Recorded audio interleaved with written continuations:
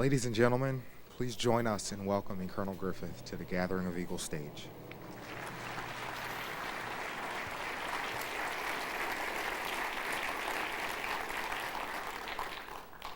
Wow. As the old saying goes, my mother would be proud and my kids would be amazed. I know I'm in a very particular spot here because I totally understand that I am the last speaker on the last day of your course. So I know that you're looking forward to this with great anticipation because after this, you will be completely done. So I'll try to talk for 45 minutes or so and leave time for questions, and we can take it from there. I also promise that I'll try not to swear. I'll try to be politically correct and also try to be funny. So feel free to laugh even if you don't think it's appropriate. Why do we do Gathering of Eagles? I think one of the reasons is for the continuity. Because you're part of a long line of people, whether you want to admit that or whether you realize that or not. I learned from a lot of great people when I was here and when I was in the Air Force, and you're part of that continuation because it goes from one generation to the next to the next. And if we don't sort of remember those things and pass them on, they're going to be lost. And I think they help us do our jobs. And so I'll talk a little bit about that today. And my two big takeaways, which my my interviewers talked to me about when they came and talked to me, was preparation and will. So I'll try to talk about both of those things as I go through the slides. So a few pictures to start, because that's always good. So those are F-15Es, and that's not in Oman, that's in Saudi Arabia, because we went to Oman first and then moved up to Al-Kharj or PSAB. That, for those who don't know it, is an SA-2 missile, and it's been described as a flying telephone pole. That is what it kind of looks like, and that is what it looks like blowing up underneath an airplane, in this case, an F-4 over Vietnam. And that's what happens afterwards when you jump out. So I'll talk about all those things in a little bit. So I'd been at Seymour Johnson for about 2 years. We transitioned from the F-4 to the F-15E. It's hard to believe now, but at the time it was a new airplane. We were still checking it out and trying to figure out how to use it and how to employ it, and it didn't have then the systems it has now. And a lot of things I'll talk to you about today have been greatly improved on. For instance, when I got shot down, the rescue radio we had was something called a PRC-90, a Prick 90. It was a Vietnam-era radio. Its radius was about from here to the back wall. So your chances of getting rescued using it were less so than what you have now with the equipment. And I say that not to make excuses or say how hard we had it or anything else, but just for you to keep in mind and for you to know that the things you have now have problems too. You might not know them, and you might have to figure them out, and you might have to figure them out at the most inopportune time, but there are going to be problems. And just keep that in mind. So the fourth night of the war, when I had landed from the night before, the target was going to be down here. A missile, an ammo storage area, and I was a major at the time, so I was going to be flying with the guy who was the DO, we called him, the Ops Group Commander, an 06. So it's always good if you're flying with an 06 to go after a target down there. Right, General Horner? But during the day, as we were in crew rest, that night, there had been a lot of Scud missile firings at Israel. Now, we had gone after Scud missiles the first 3 nights of the war. We had gone after what we thought were the fixed sites, but it turns out they had a lot of mobile missiles. Whoops. And they were being fired out in this area. So we went into the squadron. Everything's changed. Everybody in the wing now, we're putting cluster bomb units on the airplanes, and everybody's going out after these Scud missile storage things. And it wasn't the best planned mission in the world, I'll say that, and it was due to a lot of factors, and one of them is it's warfare, right? You got to do things, and things have to be made to happen. I didn't really quite realize how bad it was. I knew it was like, this is not kind of how we practice things. We go to red flag or when we're doing missions at home, but, you know, all right, I got it. Until I found out later, this is like many, many years later, that the guy I was flying with had told our wing commander, Hal Hornberg, as we were going out to the airplanes, this mission's worth 20 years of flight pay. So I thought, glad I probably didn't know that at the time, but in any event. So we go out there with 24 of our F-15Es. At the time, because the airplane had been designed to go to war in the central region and go at low altitude, we did not have any jamming against the SA-2 and SA-3 internally. But lucky for us, at the time we had Wild Weasel airplanes, and we were also going to have EF-111s providing jamming. So we take off and we refuel. I'm going to fuck that up at the top. We refuel and we head out to the target area. As we're going out to the target area, we're getting our gas, we're on the tanker. It's time that we need to get off the tanker, we need to go to the target. And then just about the time we do that, we hear the Wild Weasels checking in to get gas. So, okay, no Wild Weasels, no big deal. We'll just go and do this anyway. Now you can debate the wisdom of that decision, but that was the decision. What I didn't know is as we approach the target area, we also get radio calls that there are MiGs airborne, and they're coming onto formation. The EF-111s also hear that and retrograde. So now we're going into a target area that had been nicknamed Sam's Town, an airplane with no defensive equipment against the surface-to-air missile and no protection. And if any of you have seen what an F-15 looks like on radar, it looks like a flying tennis court. So we were not stealthy, to say the least. As we turned into the target, we were about 8 miles from the target. And obviously, as we're going into the target area, you saw a lot of AAA being fired. And then about 8 miles out, the radar warning receiver starts to light up, and we start seeing missiles being fired. There were at least 2 missiles fired on our airplane on the right-hand side. We maneuvered against them, and then as we were coming back to the target, there was an explosion underneath the airplane on the left-hand side. I have no idea if that's one of the 2 missiles, or it's a 3rd missile, or a 5th missile, or whatever. When 1, 2, and 4 landed and were debriefing, they had counted 27 SAMs being fired. So there's just a lot of stuff in the air. For those of you who are wondering, if I'm ever in an airplane and I hit something, will I know it? The answer is yes, you will. So it was immediately apparent we had taken a hit. I was going to try and make a radio call, and before I could do that, Colonel Eberly pulled the ejection handle. So when you're not expecting an ejection and you're at night, it gets pretty much like that. So I'm tumbling down in my seat. Eventually, parachute comes out. I look down. I'm over the target area. There's a lot of guns being fired up because the airplanes are still coming over. We're still being fired at. So I have a very male reaction in that I see stuff being fired up at me, and I put my legs together because I don't want to take a shell, even though I had 4 kids, and my wife, my ex-wife probably would have loved that. But anyway,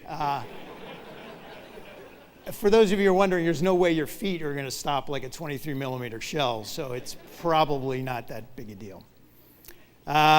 Get down on the ground, I land, I try to steer away from bad shit on the ground, it was everywhere. get down on the ground. Almost as soon as I'm down there, the next wave is coming in after us, and some bombs start going off, like not too far away from me. So I grabbed what we called our dash kit and ran away from the target area. And I'm just trying to get as much distance between me and stuff that's burning on the ground and where I think the targets are as possible. So I do that. Eventually, airplanes are stopped flying, the guns stop shooting. I kind of sit down, try to get my bearings, figure out where I am and what I want to do. So I knew we were close to Syria, so my plan was, because obviously I'm not going to walk back to Saudi Arabia or to Turkey, Syria is about the only option. So try to get as close to the border as possible. And doing all the things you do to try to get rescued, be on the radio at certain intervals. So I'm doing that, and one of the times I'm up, I hear Eberly. He's on the radio too. And it's just funny the questions you ask people, because I think his first question to me was, "Where are you?" And I'm like, I don't know. I'm out in Western Iraq. Where are you?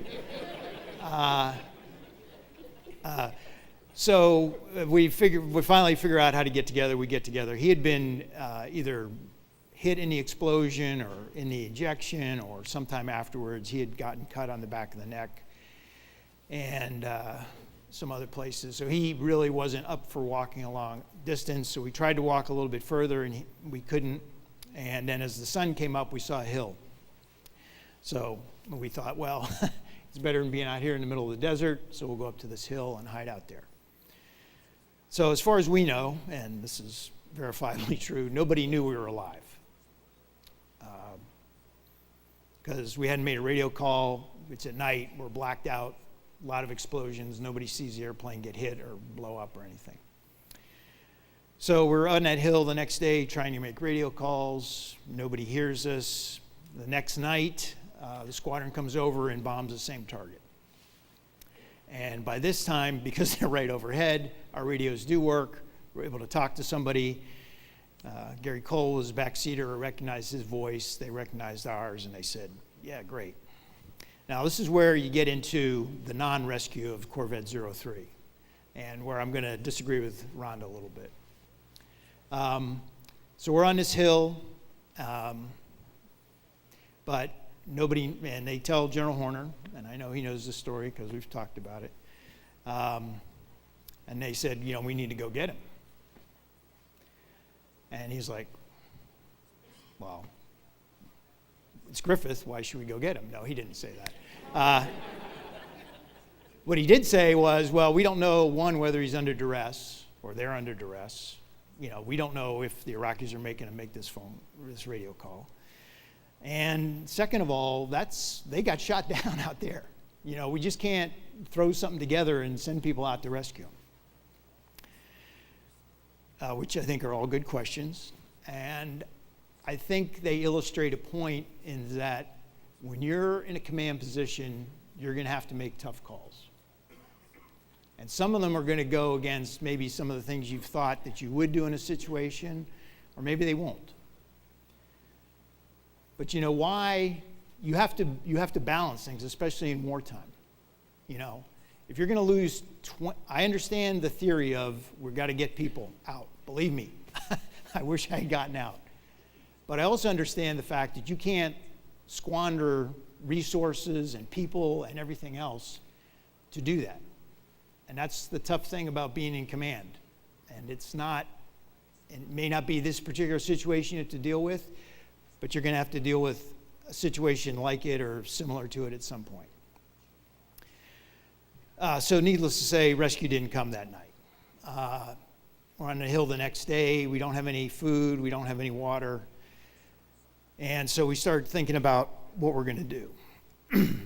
And we're up there another night, and then we decide we're going to leave. Now, in the interim, there had been, and I had forgotten about this, there had been several plans hatched.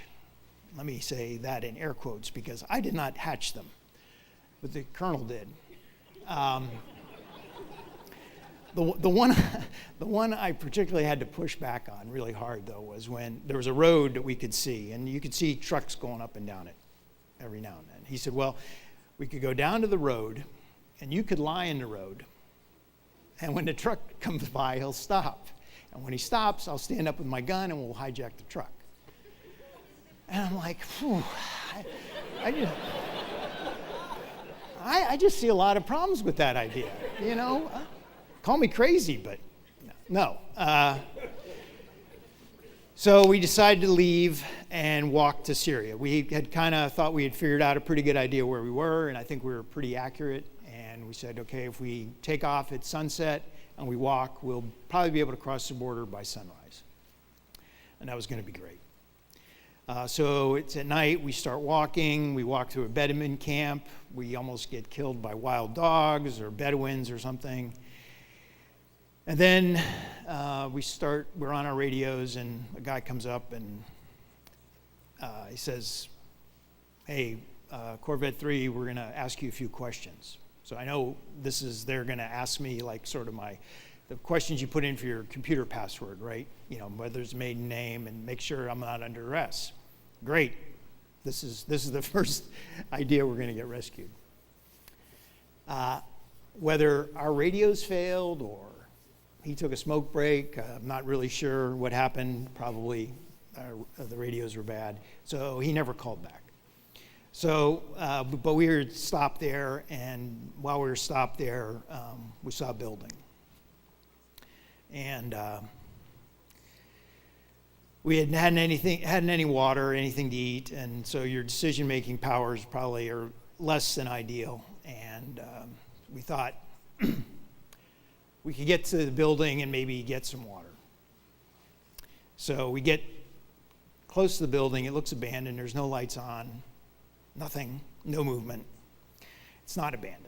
There's a guy on the roof, and he starts firing. We start running. Guys come out of the building and grab us. And you know, for a fleeting second, it was like, well, maybe we've got to cross the border, and this is a Syrian border post. But as soon as they take you in the building and you see these life-size pictures of Saddam Hussein, you know, no, I did not make it. Now, so that was the bad news. So we got interrogated there. Fortunately, you know, we had some time alone together, so we could talk about our feelings. But one of the things we had talked about was, what are we going to say if we get captured? What are we going to say when they say, how'd you get shot down? And so we said, well, we'll just say nothing. We had an electrical problem and electrical fire, and that's why we had to eject. So we won't try to compromise anything about the airplane being shot down by a surface-to-air missile. So that was the story we'd come up with. So we got interrogated out there for most of the day. One of the things they did was take us through town. They put us in the back of a car and drove us through the town of Al-Qaim. And they had a bunch of people out in the street yelling and cheering, and you know, sort of like pictures you see of Death to the Yankee Air Pirates, that sort of thing. And it was all, you know, great until the moment somebody decided to take a big rock and throw it through the back window and smash the window into us. So at that point, I think even our guards got a little nervous that something bad was going to happen. They take us back, and then at sunset, we're blindfolded and handcuffed and put in a car and taken to Baghdad. And Guy Hunter has talked to you about the different prisons we were in. I probably don't have much to add about that. They were all lovely places. I will say, and I told some people today, the first prison we were in was pretty open. You could talk through the cell walls, and Dave was in the cell next to me, and you could see out, and there was a hallway, and you had to go up and down. The guards had to take you up and down this hallway to go to the facilities. And I can remember, and you know, people were trying to talk so you could recognize different voices, but there's a lot of different people in there. You know, the Italian tornado guy was in there. There's a Kuwaiti pilot in there. I don't know if I think there were some Brits in there at the time, but you know, there's all different people who I had no idea whether they were like locals or had been shot down or whatever. But I do remember sitting there one time and a guy coming by the window and a guard pushing him, and his hair looked like mine. And I said, "What is that old guy doing here?" It was Guy Hunter. Which I did not find out until later, but you know, now I can sympathize. But yeah. In the prison we were in the longest, I'm sure he told you we were in solitary confinement for most of the time, fed one meal a day, a bowl of broth and some pita bread. And it was, you know, at that time we redid the videos where they basically threatened to shoot us if we didn't do the videos. And so tried to avoid answering any questions that were going to give anything away. Then got bombed by the F-117s, so that was nice. And then the war ended, we came home. Let me just, I have a couple other slides. So that's me at the end of the table. My release was a little bit different in that when General Schwarzkopf went to do the prisoner swap, you know, he said, you know, we have 80,000 of yours, you have 27 of our guys, how are we going to